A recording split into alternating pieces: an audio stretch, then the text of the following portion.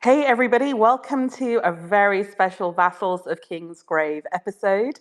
My name is Bina 007, and I will be your host today. But I'm so pleased to welcome Duncan, another VOK curator, to talk about, and I cannot believe this is so cool, his new book.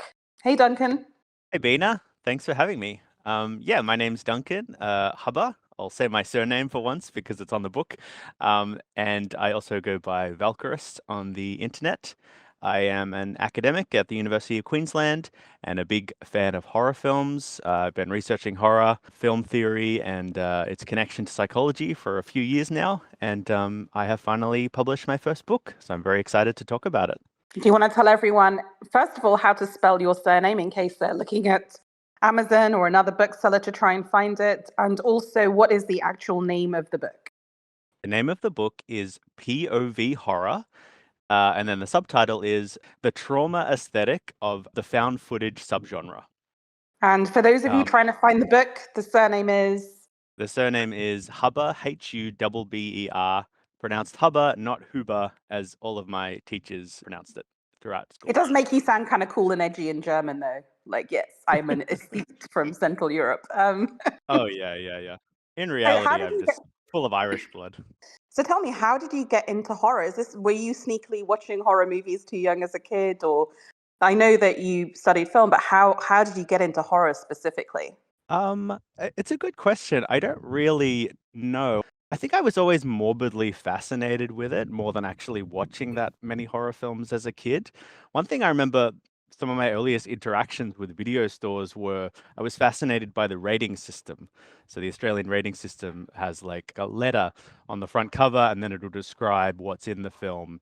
And it'll have, G for general exhibition, PG for parental guidance, and then it starts to go up to M, mature audiences, and then R for restricted, and the restricted DVDs or videos, VHS tapes, when I was a kid, were at the far end of the store, and I was never allowed to go to that. And that sense of being forbidden, I would sneak over there and be like mortified at or really creeped out by some of the covers, and reading the little descriptions on the ratings really fascinated me for some reason. So I've always been attracted to that. I loved the Goosebumps books as a kid.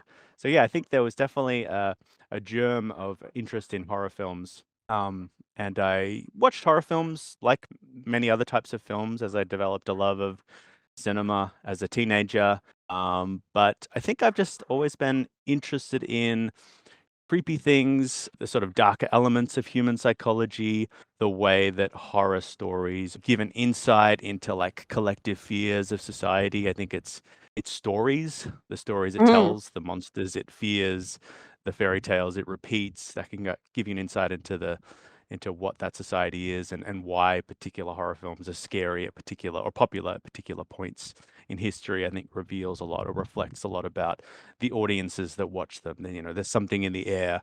I think one critic described horror films as a kind of social barometer. So I think I enjoy it on a purely kind of visceral level of being confronted or testing my mettle against something off kilter or disturbing or taboo. I think we all are morbidly attracted to that in some sense, getting in touch with the forbidden, the out of the ordinary. But then from a purely sort of conceptual level, I think horror films are really fascinating because I think one quote that always stuck with me was that horror films are never middle brow.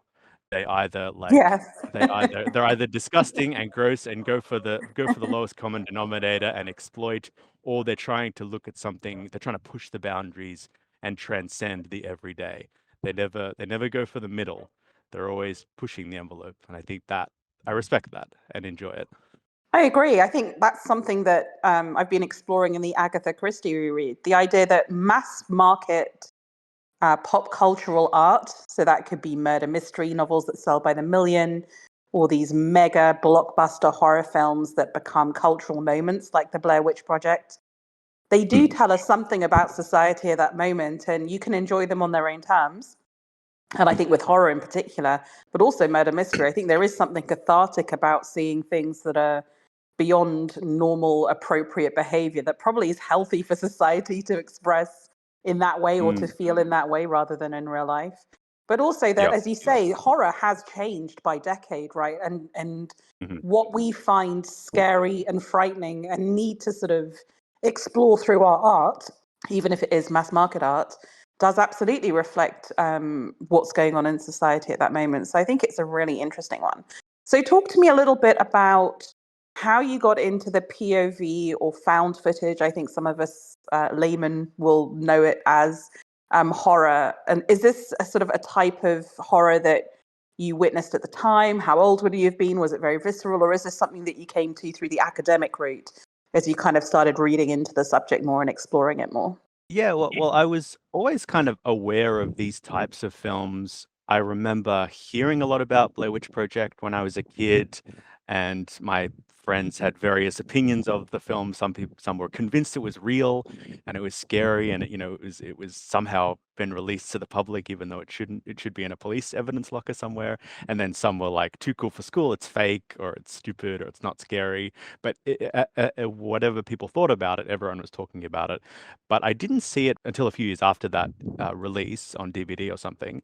But when I did see it, I was terrified. I thought it was one of the most frightening films I'd ever seen, and not even necessarily because of the supernatural implications of being hunted by this witch, but just purely on the level of three people getting lost in the woods and basically just becoming more and more hopeless and turning on each other.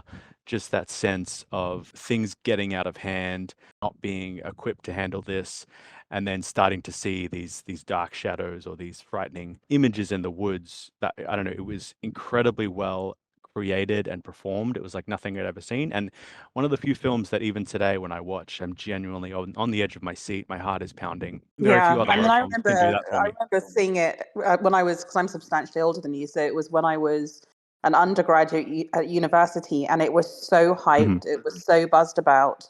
So I went to see it with a bunch of friends. I was absolutely Hmm. scared out of my wits. I still viscerally remember the walk home, sort of Mm. misty university, 11 p.m., and it just felt, oh my God, we're just these idiots who are now going to get sort of abducted or something. Um, but the whole And I concept was of it, also. like, is it real or is it fake? And we all knew in our Mhm. heads that it, like, rationally, that this was marketing. But Yeah. somehow it felt like that this probably could or did, in some kind of like visceral, primeval part of our being, we felt this had Mm. happened, Yeah, which it, is so it, it felt ridiculous. yeah, like logically it couldn't possibly be real, but on a emotional level, the way it was presented just felt so un-Hollywood, unpolished. The messiness really added to that sense of realism. And also the Mm. performances, I think, are amazing. They do not in any way, shape, or form seem scripted, and they weren't. They were all improvised.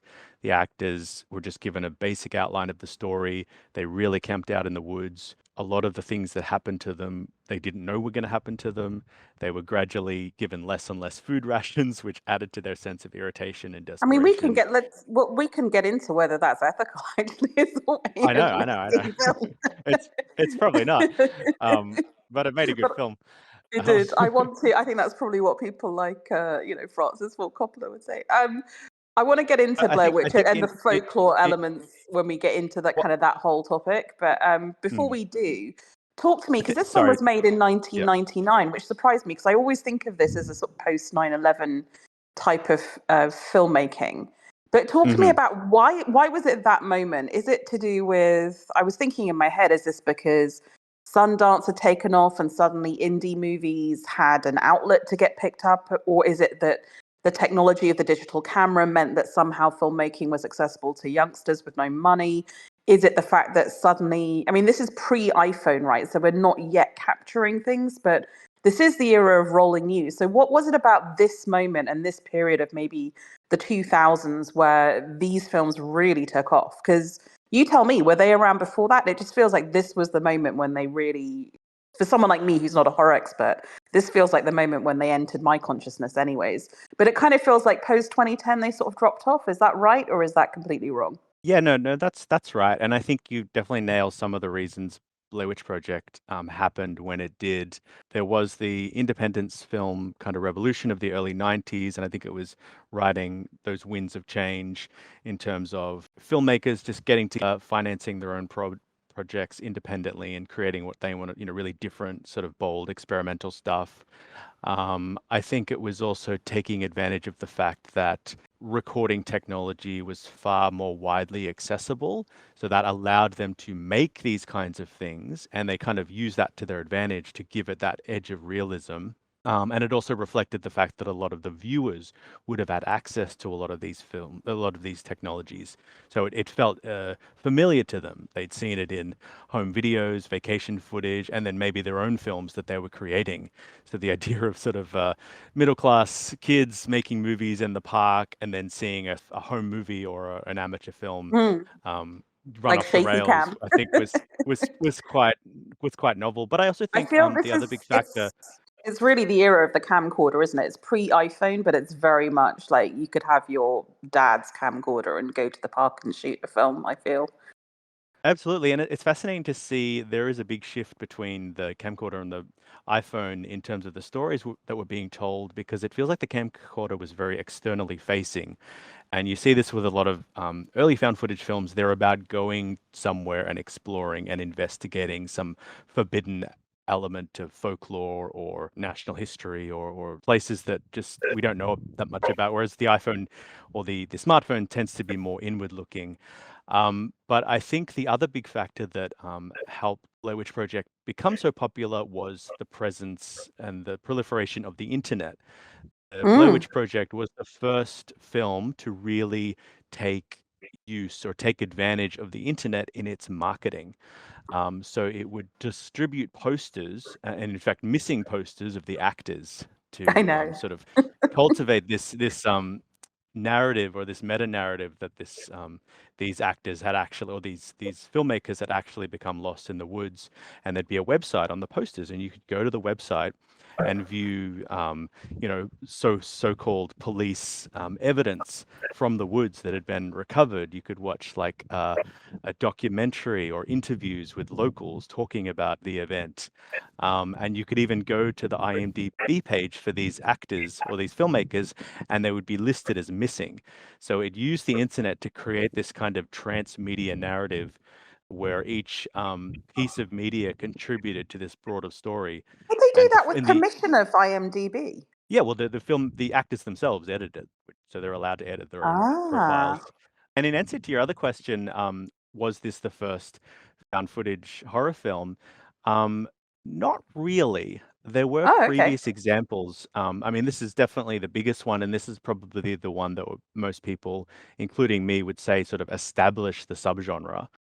Created a kind of template that all the found footage horror films of the 2000s kind of followed on from or modeled themselves after. But there were previous examples of this type of film. And I spend a lot of time in the book trying to define what a found footage horror film is. And the simplest definition is it's a film that tries to scare the audience. Its primary motivation is to generate fear. And it uses what's called a diegetic camera. So, what this means is it's a camera that actually exists within the world of the film. So the performers are using this camera, and the footage that we are watching is actually created by the characters in the film. Um, so this is unique to found footage horror films, but it also appears in other subgenres such as mockumentaries. So mockumentaries also feature diegetic cameras that are actually exist within the world of the film. But obviously, mockumentary films tend to be more comedic in their motivations.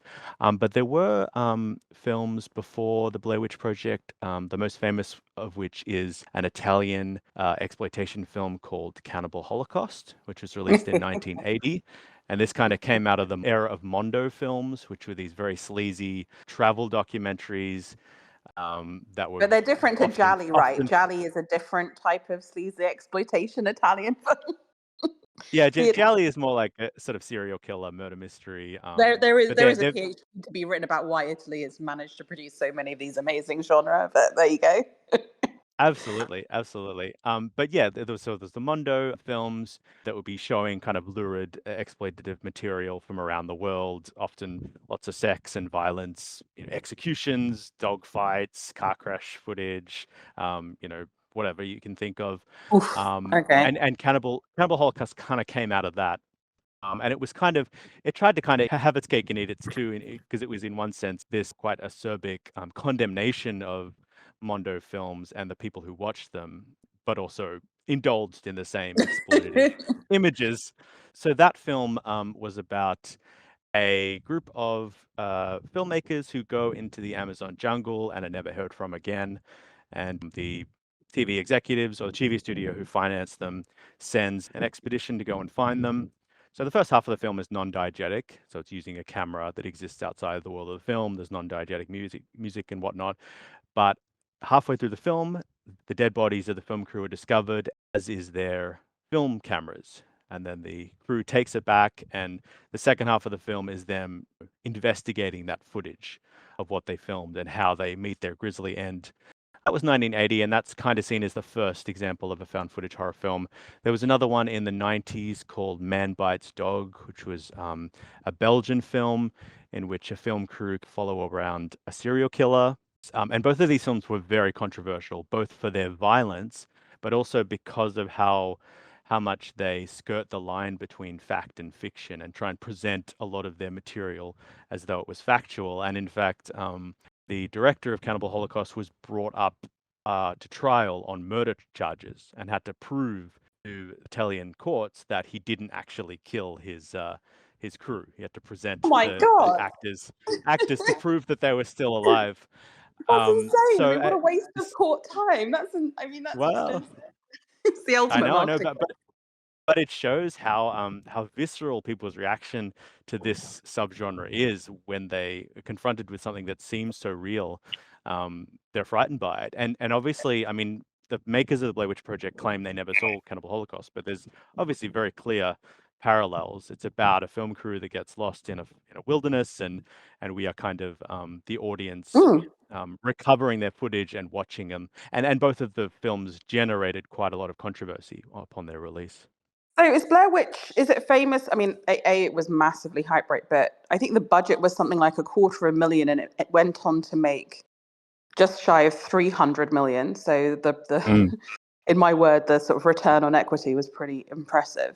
Is that when you start to see more people make these because they think, studios are willing to fund it, they think it's going to be commercially successful?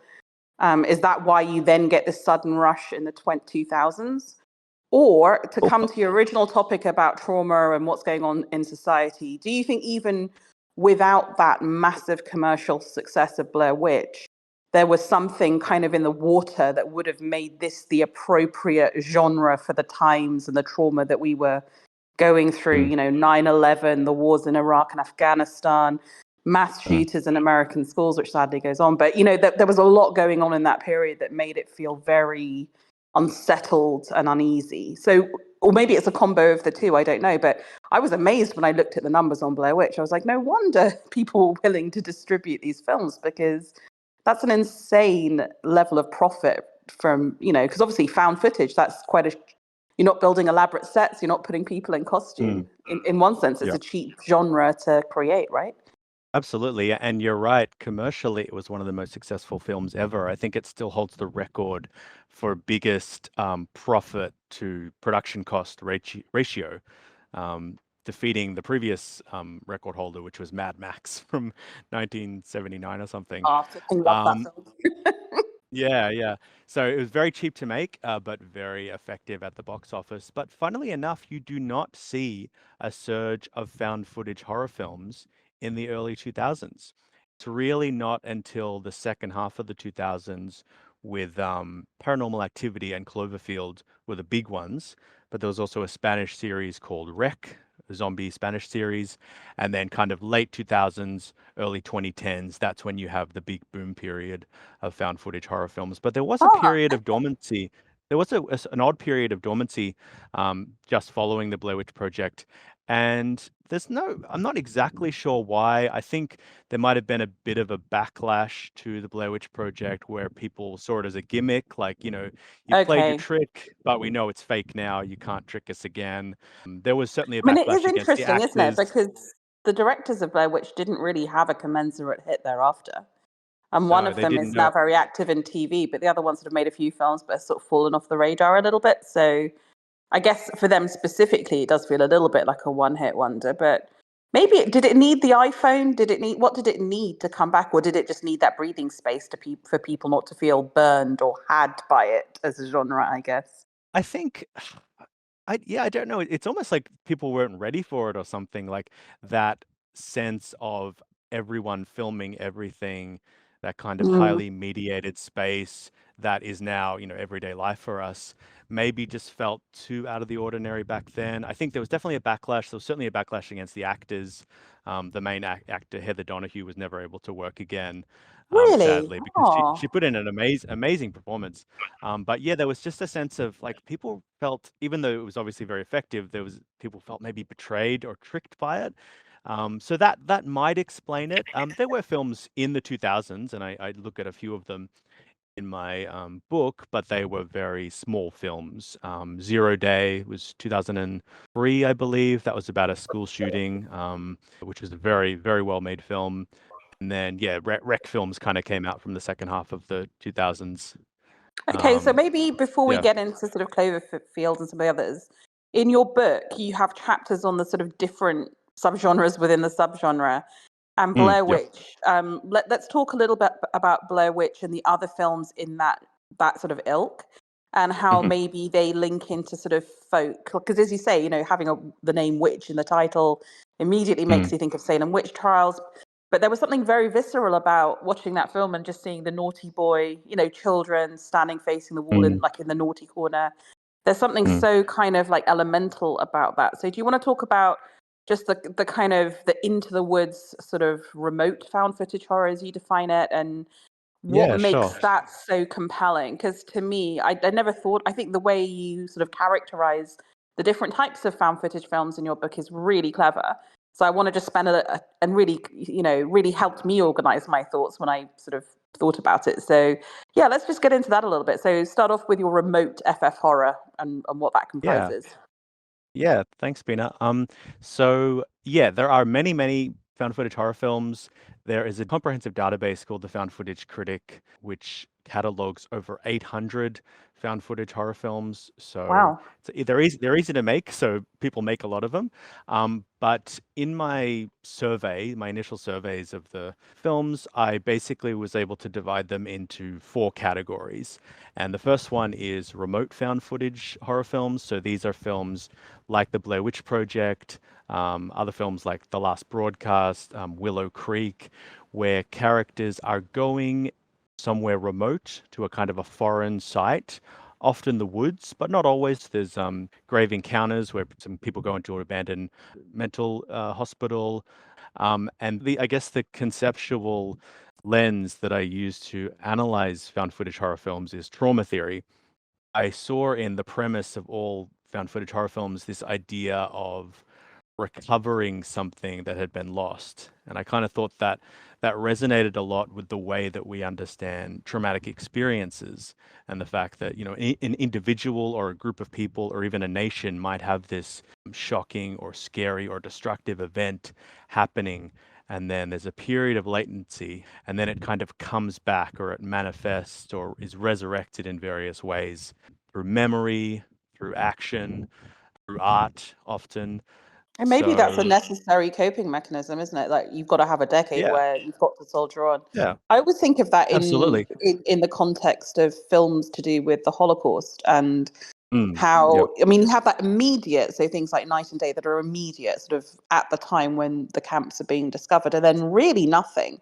And even when Mm, Claude Lanzmann is trying to release his epic Shoah documentary, there's a lot of resistance because people don't want to know. And I'm talking about people mm, in Europe who were maybe part of the countries where these events took place, that kind of in order to move on, they very deliberately suppressed it. But even amongst the Jewish community and sort of in Israel, not wanting to be defined by or seeing as imprisoned by what happened in the Holocaust.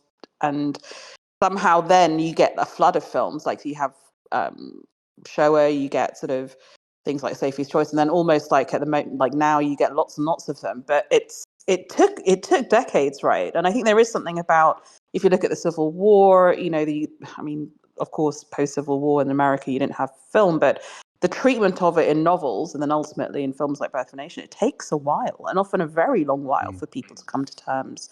But talk to me about the woods specifically, because I find that fascinating, and this idea that, David Lynch is probably the most horror I get to because I'm a wuss. And in Twin Peaks, there's something very specific that if you go into the woods, if you go into the forest, there's something elemental. There's something in the wood, literally. There's a log lady who carries wood. And that this is a place of myth and old knowledge and pre-knowledge, and people who've been othered, like witches or First Nations, have real wisdom that is useful and elemental in these places. So speak to the folklore of the woods. Absolutely. So the three films I'm looking at in this category of remote found footage all take place in American forests. And I was fascinated by this idea that the characters are kind of investigating these kind of legendary monsters. In Blair Witch Project, they're investigating the Blair Witch, which I think resonates a lot with a lot of the stories of witches that proliferated during the settlement or the colonization of North America. Most famously, in the case of the Salem witch trials, the religious hysteria that exploded around those communities. I look at The Last Broadcast, which is about the Jersey Devil. So I look at also in relation to the American colonies and a lot of the frightening associations that settlers, the Pilgrims and the Puritans associated with the forest. And then also the third film I look at in this category is Willow Creek, which focuses on Bigfoot and all of the folklore surrounding that monster. And I argue that these monsters are symbolic or represent some of the historical traumas that have occurred in North America, and that the events themselves are difficult to talk about or difficult to process. So they're kind of projected onto monsters. The monster becomes the embodiment of that kind of collective or community pain. And the films don't exactly give a clear explanation for what these monsters might represent and whether they exist at all. And I think that's an interesting thing about found footage, that often the monster is very opaque or very rarely documented by the camera. The Blair Witch never appears on camera. The Jersey Devil never appears on camera. The Bigfoot never appears on camera. It's often the characters intuiting various sort of natural phenomena and their own fears kind of projected onto the wilderness. And I thought that was an interesting kind of dislocation of time. Like it's almost like the characters have been, warped back in time to when the Pilgrims first entered America and were projecting their own kind of European fears onto the unchristian lands of North America. And the fact that there's lots of different accounts of early settler communities abandoning the forest because they feared what the monstrosities and the demonic forces that it might contain. Yeah, it's so funny to me that the settlers would be scared and then abandon their community, because for the First Nations people and the existing inhabitants of that land, they probably found the settlers completely traumatic, right? I mean, it's Yeah. sort of meta sort of like simultaneous trauma going on. Okay, shall we move on to the next category? So the next category you identified is urban found footage horror. So again, I feel like I've watched one in each category, and Cloverfield again was a massively hyped release. It came out in 2008 from memory, so it's 4 years after the iPhone. But I feel it is now a period when not most of us, a lot of us had smartphones. We were more used to recording footage, but I mean, not like today with Insta and Facebook and whatnot. But I remember watching this in LA. This was the first film I ever watched in the Grauman's Chinese Theatre. So I remember it very vividly, and I remember it being less scary in a way than Blair Witch, maybe because it was more epic in scale, but really felt like I was watching Battlestar Galactica at the time. It really felt like this was explicitly commenting on the political state we were in. But so talk to me about, what is it about urban found footage, and is that typical of urban found footage, or can they be not as political? I mean, what do they tend to deal with? Is it because presumably it's not the folkloric, what's in the woods, the visceral, primeval? What are they dealing in? So the main difference between remote and urban found footage is that a lot of the events that the characters are witnessing are sort of inadvertent. They're often the premise is very rarely, or as far as I can tell, never to, go and find a folkloric monster and make a film about it like it is with the Blair Witch Project. These films usually are just characters going about their everyday life. Cloverfield starts at the house party of a friend who's going away to live in Japan, and one of the characters has been tasked with recording farewell messages from all the partygoers, and then all of a sudden the lights go out and there's an earthquake. Then he looks off into the distance and sees some monstrosity stalking through the skyscrapers of New York City. So many critics pointed this out at the time of its release, including Roger Ebert. But a lot of the imagery and a lot of the ideas or the narrative of the film bears a strong resemblance to the coverage of the September 11 terrorist attacks. During the initial attack of the monster, the characters are shouting, "Is it the terrorists again? Is it the terrorists again?" One of the most iconic shots of the film is the severed head of the Statue of Liberty, falling into the middle of the street. You can connect that to horrific image of these two twin towers being decapitated. And anyway, there's a lot of images like that. And I think this film, I mean, a lot of people say, all films after 9/11 are about 9/11, which I don't necessarily agree with, but I think Cloverfield and a lot of the urban found footage films that I'm looking at are very much politicized in that way. I think that from 9/11 onwards, increasingly, horrific events started to be recorded by people who were on the scene.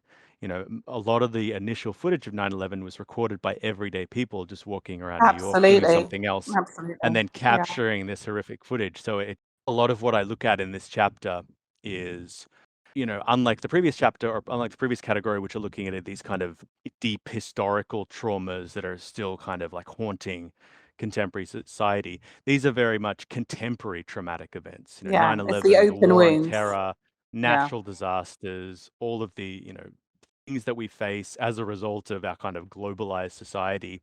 But the other thing I look at a lot in relation to these films is the kind of global transmission of trauma. Unlike previous decades, we now live in this highly networked society where images and ideas can transport between us in the blink of an eye. Like I remember waking up on 9/11 to watch Dragon Ball Z and being confronted by these images of death and destruction that I had no context for, no understanding of as a 11-year-old, having no sort of protection from. They just beamed directly into my living room and straight into my eyeballs. And it's gotten much, much more saturated since that point. We scroll through our news feeds and we are bombarded daily, hourly, every minute with images of trauma and destruction. And there's no escape. Like it's part of our network society. So, Yeah, and I like the think it other might films be that I look hard at, for people. I mean, I'm sure we have listeners who are younger, right? But I think it may be hard for them to understand, like if you didn't live through 9/11 and that period thereafter, just how saturated that coverage was as you went Mm, into the wars in Iraq and Afghanistan, because it was the era of rolling news and it was very hard to get away from it. And as you say, a lot of that footage, even of the wars, was iPhone footage, and it was well, in some cases in Afghanistan, camcorder footage, but it really was very immediate, very all enveloping. And mm, I remember the publicity for Cloverfield at the time and thinking that it's ballsy to shoot that in New York as opposed to San Francisco or LA.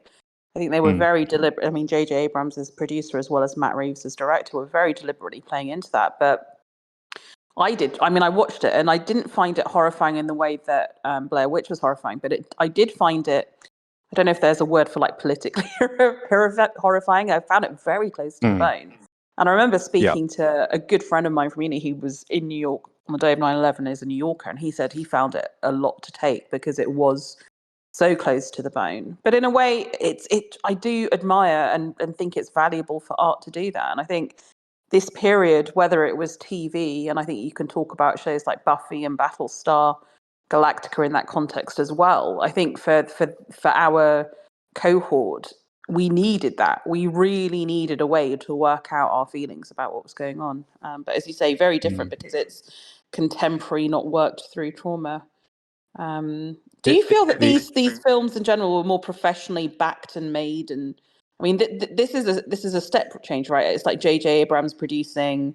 It's Matt Reeves who went to film school. It has gone on to be incredibly successful, right? I mean, this film stars people like Lizzie Kaplan, people who've had careers. Matt Reeves did the Planet of the Apes films. He's just done the new Batman film. I mean, it feels like a step change in not professionalism, because I don't want to be pejorative to Blair Witch, but commercialization or success. I don't know. Mhm. Is Um, or are there is it a yeah, mixed bag in this category? I think so. I mean, I think it's probably one of the few found footage horror films that is professionally produced. I mean, Paranormal Activity came out the following year, and that is very much in the sort of amateurish Blair Witch mold. Okay, so maybe this is Um, more an exception than the rule. I think it is. Yeah, I think it's an exception. There are other examples of big, or mid-budget found footage horror films, but I think this is probably the biggest one or the most spectacular one. Um, but the other trend, I guess, in urban found footage films is zombies. Yeah.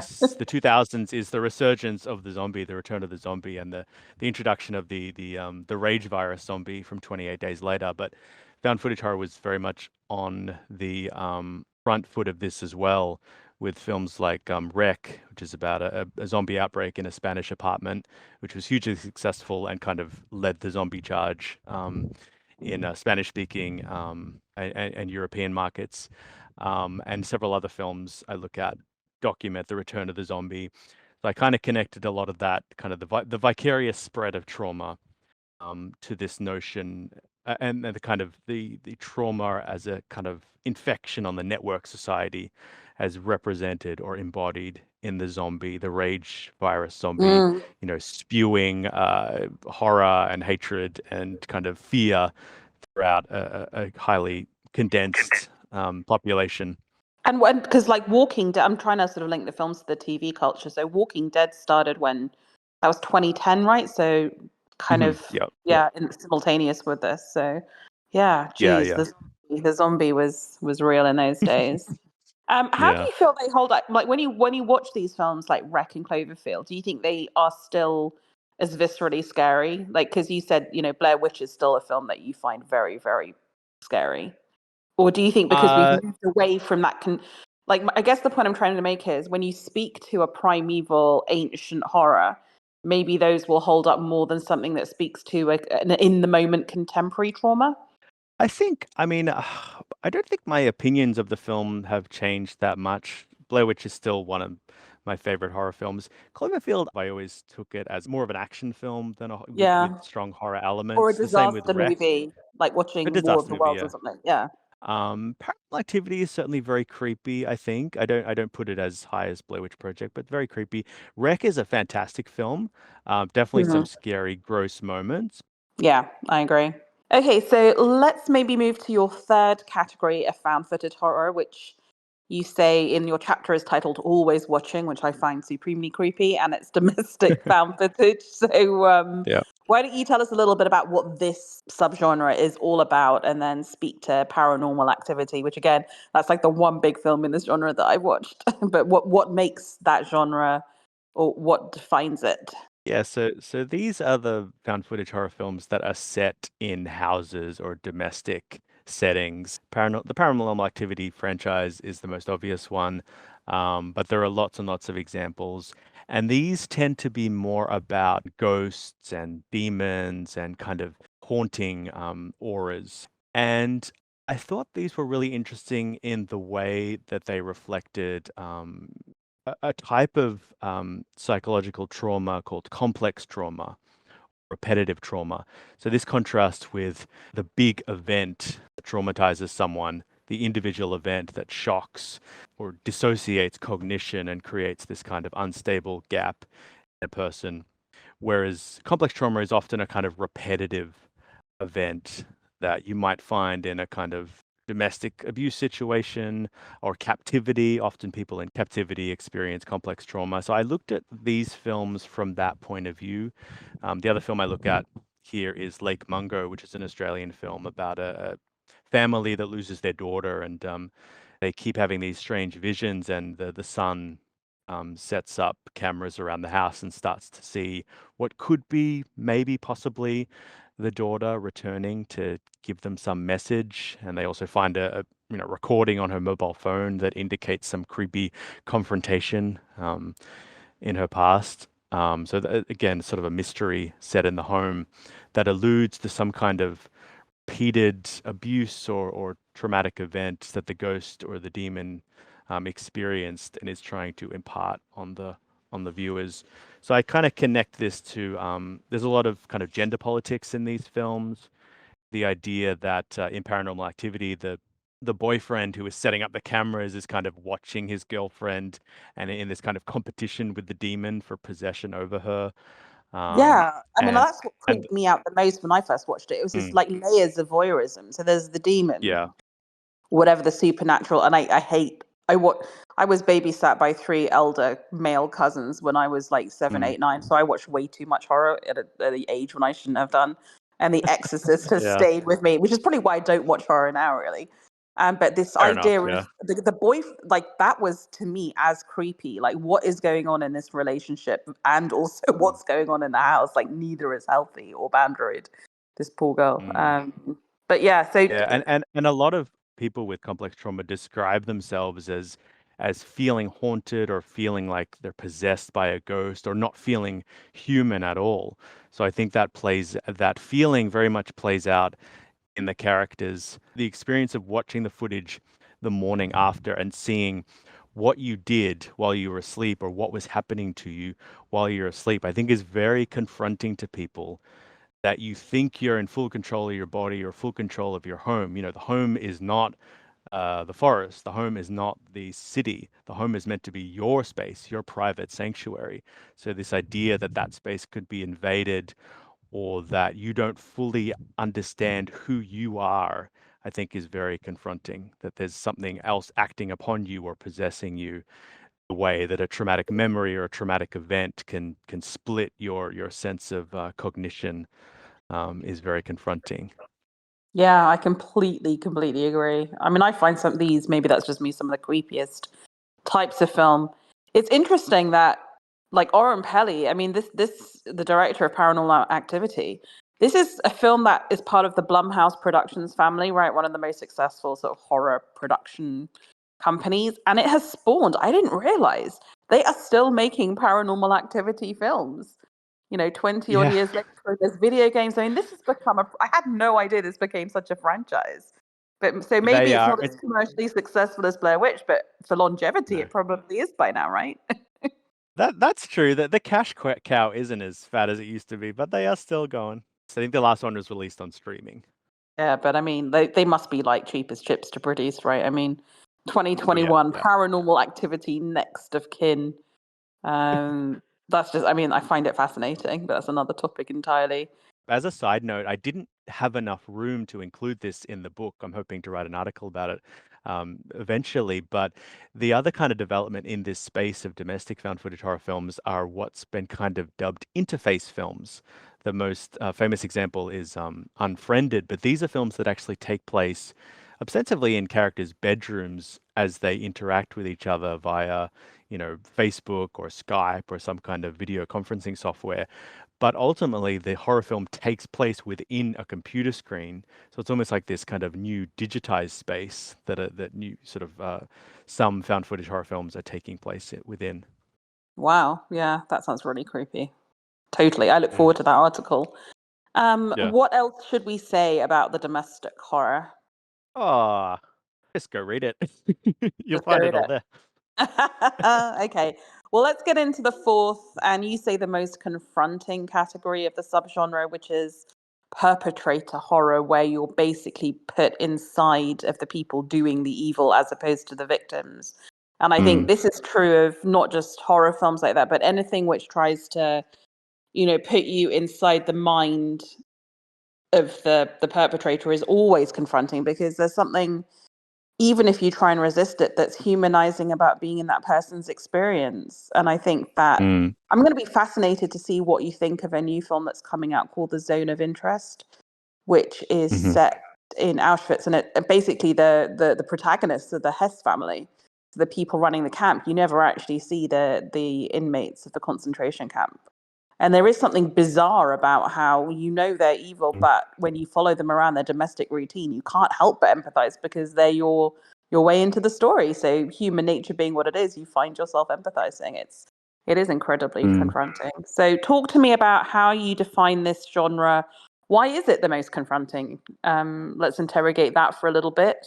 And how has it been treated by society when released? Is it therefore the most controversial and the hardest to get released?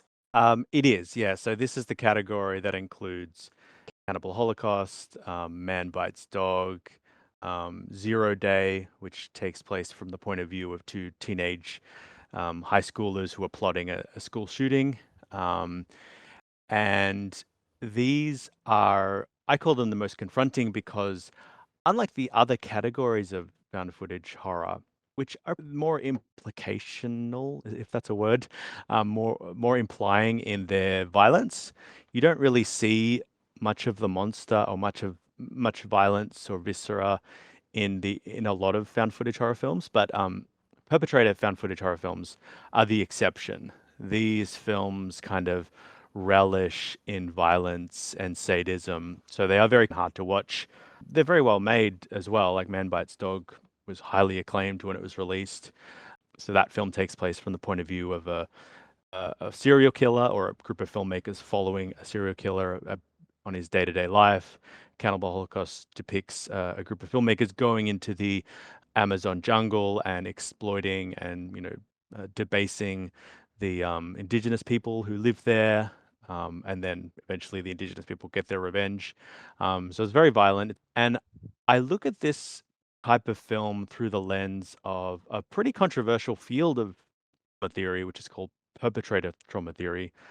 And most research into psychological trauma has obviously focused on the victim, which makes sense. Like, why would you seek to assist the person who's willingly doing the crime?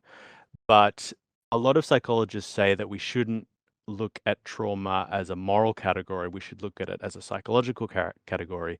And there is ample evidence to suggest that many people who commit horrific acts also experience trauma, and that it is worth addressing these things. One, because it's a way to stop their distress and potentially stop future violence from occurring. But also, there is a relationship between the actions of an individual and the society they belong to. And therefore, a society has to take responsibility for all of its citizens, especially if they are doing things on their behalf in, for example, a war. If a soldier commits a crime in war, are they responsible? Are the commanding officer responsible? Is the nation Yeah. they are acting on behalf of responsible? Like, we can't shirk responsibility. And this was something that Hannah Arendt and various other philosophers have argued, that the way that war criminals are tried is often as though they are inhuman. They're put in glass cases, they're called Mm-hmm. monsters, and this has the unfortunate effect, and it's not to suggest that their actions aren't monstrous and they shouldn't be punished to the fullest extent of the law, but her argument, or the argument of various trauma theories, is that we shouldn't deny social responsibility. The fact is, they are human, that to commit Yeah, and you can violence see is why we something do that it, humans right? are capable of, and It's and the they don't it's commit the easy violence in a answer. vacuum. They commit it along a logic of, and I explore various kind of collective trauma generating ideologies or events such as colonialism, hypermasculinity, media exploitation. These things have a bearing on individual behavior. School shooting is huge in America, and there's reasons for that. One may Mm. be accessibility to guns, but other things might be the glorification of gun violence, the glorification of violence in the media. There's lots of possible bearings that has, and we need to understand that society has a responsibility, but also there is a relationship between media and society, and that can be positive, but that can also be negative. Yeah, I think there's so much to unpack in what you said, and it's I Mm. find this almost the most fascinating as well as confronting of topics, because as you say, it Mm. speaks to, again, human nature is to sort of isolate things easily as a monster or evil, put it literally in a cage. Because then once you've locked Yeah. it up or executed it, it's gone, right? And you don't have to confront the fact that it might just be very deeply embedded. And again, Mm. this is not to apologize for people who commit those acts, and of course they should be punished, but No. that's not enough. That's not enough. We have to look at the environmental concerns, I guess, and also, therefore, the latent tendency towards violence and evil acts within us as well. And that's much, much harder and much more complex. And I find it fascinating in school shootings. I find it really interesting that if you look at Zero Day, right, that came out 2003. Columbine only happened in 1999. But in Mm. 2003, you had this film, which was controversial, did play a couple festivals, but you also had the Gus Van Sant film Elephant that basically Mm. did exactly the same thing, but Elephant focused on one of the victims of the shooting. But again, it was just roaming the corridors of the school, the tension builds, you're waiting for things to happen. And I find it Yeah. fascinating from a cinema perspective, the way that film was lauded and was feted and given awards and given big releases versus Zero Day, and that's seen as somehow beyond the pale. And that speaks to your idea, right, that there are victims and they must be understood, but woe betide you if you try and understand the perpetrators. And I think, Mm. there's almost a comparative essay to be written on those two in terms of how they were marketed and how they were seen. The other thing that's And there. interesting about things like Columbine is that it's kids who were doing the perpetrating, right? So that Mm. adds another layer of, they're both the aggressor and the victim, which makes it very Mm. tricky, I think, maybe to deal with. Yeah, I mean the original conception of trauma was it would very clearly demarcate victim and perpetrator, but more recent analysis has kind of muddied those waters that perpetrator can also be victimized and society itself plays a role in that perpetration, which is confronting. Like that is controversial territory to start skirting around on. But at the end of the day, if you want to fix the problem, you kind of have to get your hands dirty. And there is a strong and very understandable impulse from an individual level and a societal level to repress trauma. Like we want to move past this. We don't want to talk about it. We want to get on with our lives. This person was an aberration. This person was a monster, but society is good as a whole and we need to move on, but it keeps happening again and again. Either the individual keeps being haunted by some kind of disconnection or hypervigilance or numbing within themselves, and then society as well continually witnesses these atrocities like a nightmare that keeps repeating. So at the end of the day, we have to stop and think, what do we need to do? Like, what do we need to stop and look at and talk about? And I guess horror plays a kind of small role in that. Obviously, psychologists and lawyers and politicians might be the best place people to manage this discourse, but I think art also plays a role, and horror in particular plays a role by talking about or exploring things that we're not meant to talk about or explore. And I think that's most evident in post 9/11 cinema, where any film that dealt with 9/11 or the war on terror was rejected by audiences. It was only when you have something like Cloverfield, where the idea or the fears of 9/11, the anxieties around American imperialism are projected or embodied in a fictional, fantastical monster, that you can kind of accept it or think about it or embrace it in some sense. It's like you can't stare directly at the sun. It's just set Um, exactly. It's just safer. It's safer to deal with it in The Walking Dead or Battlestar Galactica, or mm, even to a certain extent, this is the heyday of A Song of Ice and Fire, right? I mean, I think it's easier to confront horror when it's real horror, when it's filtered through genre, or when it's filtered through mass market entertainment. yeah. One of the main theorists I deal with is Kathy Caruth, and she often compares trauma to a wound. She calls it the wound that cries out, and she takes it from the original Greek translation of trauma. And I think it's a really apt analogy for a lot of reasons. But the main one is like you don't address a wound, it starts to fester and it starts to spread. And something like horror stories are a way to like reopen a wound, I guess, and address it. And horror, I think, is one of the best ways of expressing trauma because it uses such disturbing language. A lot of trauma victims have a lot of trouble talking about what they experience because they don't have the experience. It's missing from their memory, but they can sort of almost abstractly talk about it through stories and through images, and that's kind of the role that horror can play. And then specifically within horror, talk to me about what the found footage element does to the ability to confront and move through trauma. What is it about this type of filmmaking that either helps with that, or why it's connected so powerfully with audiences in the period that it did? So I think found footage is interesting historically because it's really the first subgenre of horror to emerge after the widespread kind of acceptance of trauma theory. Post-traumatic stress was not added till to the DSM, the Diagnostic Statistical Manual of Mental Disorders. So it was added in 1980, but then it wasn't until like the 90s that it was this theory of post-traumatic stress was started widely proliferated throughout popular culture and scholarship. So this is the first sort of series of horror films that are aware of that or exist in a world where that theory is widely accepted. And I think I mentioned before, I think that's evident in its premise, this idea that a horrible event occurred in the past, it was captured on footage, and the characters in the film, or even just us, the audience, are kind of symbolically recovering that memory and looking at it, what it contained. I talked a lot about the different themes that the films deal with, and I argue that they all are kind of unified by this idea of dealing with trauma, whether it's historical trauma, contemporary or vicarious trauma, domestic trauma, perpetrator trauma. But I think the most important thing is the aesthetic. The way these films are depicted to the audience is very unique. I argue that the symptoms of trauma are kind of translated into a cinematic language through found footage horror when, first of all, the monster is unable to be represented on films. You can't see the witch. The Cloverfield monster is often like obscured by buildings. You can only see sort of parts of it, a claw, a tooth, a tail out of the water.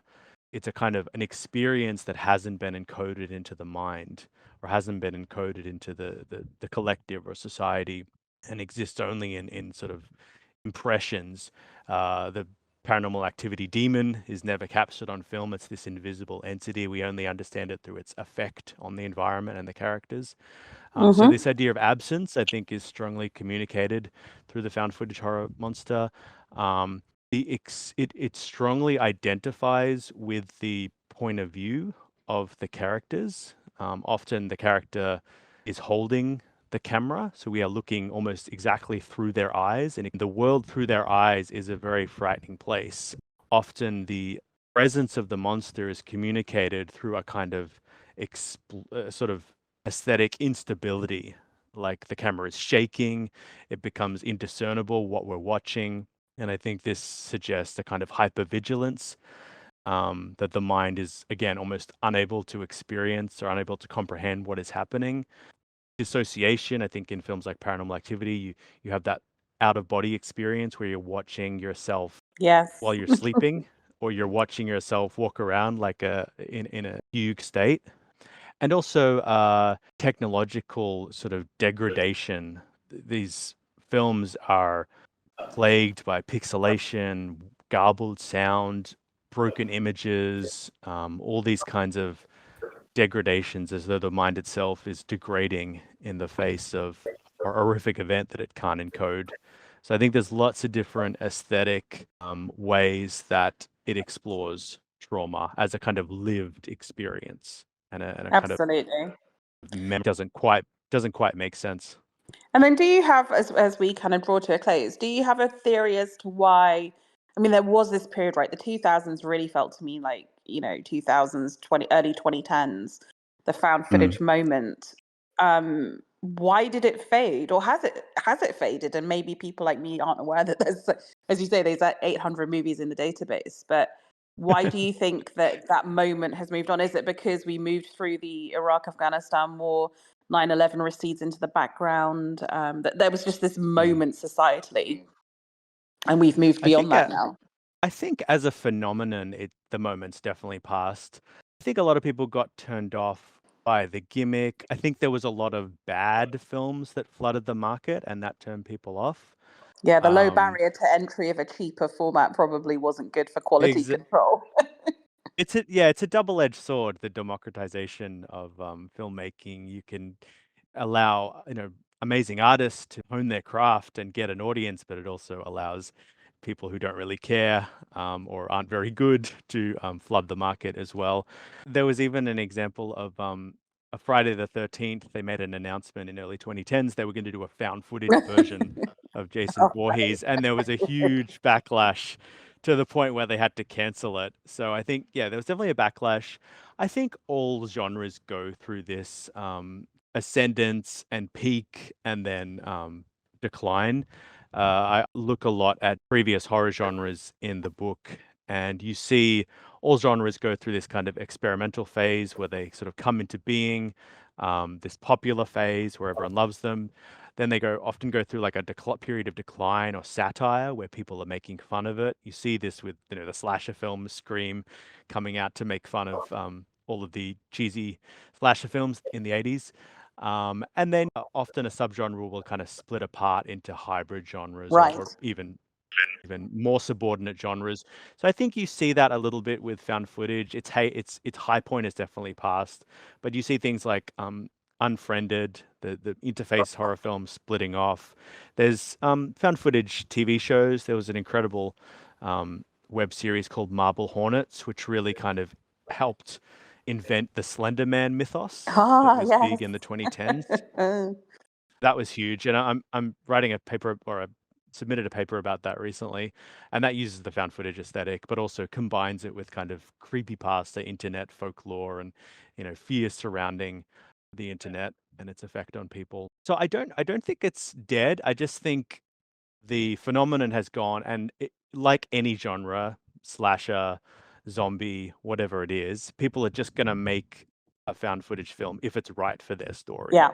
And you saw as recently as The Host came out to popular acclaim, and that's an interface horror film. It's set on a Zoom call during the pandemic, in which one of the users is a ghost or something like that. But I saw that, and that was really good. So I think we will continue to see really good found footage horror films, but I think but the phenomenon has definitely passed. Yeah, we're beyond the hype. So maybe that's a nice segue. You said that you were Yeah. doing something on, the kind of the myth of the Slender Man. What are you researching next? I mean, it's phenomenal that this book is out. Remind people the name of the book again, Duncan, just because we've been talking for a while. So what's the name? Yeah, sure. So it's called POV Horror, the trauma aesthetic of the found footage subgenre, and it's published by McFarlane. Should be available at all booksellers soon. Or better yet, just order a copy for your local library. I'm not trying to make lots of money. I just want people to read it. So Super. please order a copy for your local library so lots of people can read it, and let me know what you think. I will definitely And we'll put some links in the show notes as well to McFarlane if anyone does want to actually get a physical copy, an ebook as well. But what are you Mhm. writing next, Duncan? Where is your research taking you? So I mentioned I'm writing, or I've drafted an article about marble hornets, and this was something I again wanted to include in the book, but didn't have enough room. But basically, I'm looking at this web series that was broadcast on YouTube from 2009 to 2014. The web series originated on the same message board post where the Slender Man was created, so it played a big role in sort of shaping the mythology of that online generated boogeyman.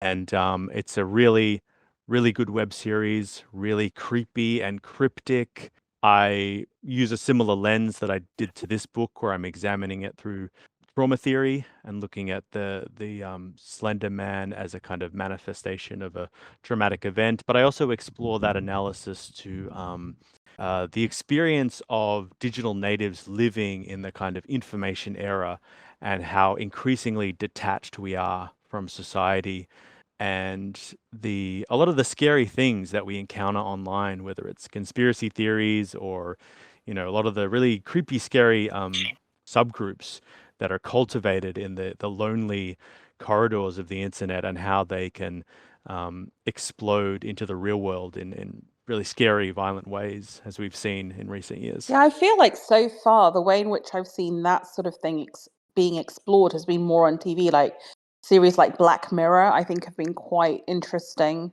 talking about, some of the Yep. psychological dangers and horrors of engaging in modern social media culture. But I think you're right. Mhm. That is the trauma of our time, I think, actually, just navigating this world. And I think as generative AI takes Mm. off and this idea of the unsteadiness of persona will be ripe for exploring in horror as well. And my other love is, as you may know, A Song of Ice and Fire, and I'll hopefully be publishing a collection of essays about A Song of Ice and Fire entitled Night Oh, Songs next wonderful. year in the lead up to season 2 of House of the Dragon, and I have to thank all of my vassals for helping me proofread that. It's on track for release next year, Well, so looking hopefully forward it to that. will usher in. I always think whenever an event like that happens in the SOIAF world, that maybe it will herald a new book. Mm. Oh yeah, yeah, But it probably won't. definitely. That's my generational trauma, Yeah, not yeah, not finishing that series, I think. definitely, definitely. Someone should do a horror movie where a bunch of sort of angry like Vokers just sort of go mental because there's no new book. Maybe that's just a document of the Yeah. forums. I don't know. Well, this has been I think just a documentary would suffice. exactly. Just go take a camcorder to the next sort of Ice and Fire con. Yeah. This has been Oh such a yeah. pleasure, Duncan. I think it's fair to say that a lot of us in the VOC community know that you're an academic and that you're working on sort of cinema criticism and film theory, but it's been really fun to sort of really explore with you what you've been working on for the past few years and your really compelling ideas about how we should, how a lens through which we can look at what was a phenomenon, a really phenomenal period of horror filmmaking and that I think a lot of us can remember Mm. very, very clearly and viscerally even now. So this has been an absolute treat. I hope the book does incredibly well. And for those of you listening, we will link to the sort of ways in which you can buy it, or as we say, get your library. I love libraries, so it's always something that people overlook. But you can order in books to your library, and then lots of people can read them. Mhm. And Yeah. let's continue the discussion, and hopefully we'll get you back on when your Song of Ice and Fire book comes out, because I think that will be absolutely in the sort of interest of everyone listening. And that will probably be an I episode can't per wait. essay, right? Because we'll want to go deep as a community into what you have to say. But it's lovely to know there's still people thinking Yeah, yeah. deeply about these books and who can come up with interesting things to say. Um, No, thanks, Fina, for inviting me on. I really appreciate it, and I hope people like the book. oh, fantastic. Have a great day, Duncan. You too. See you later.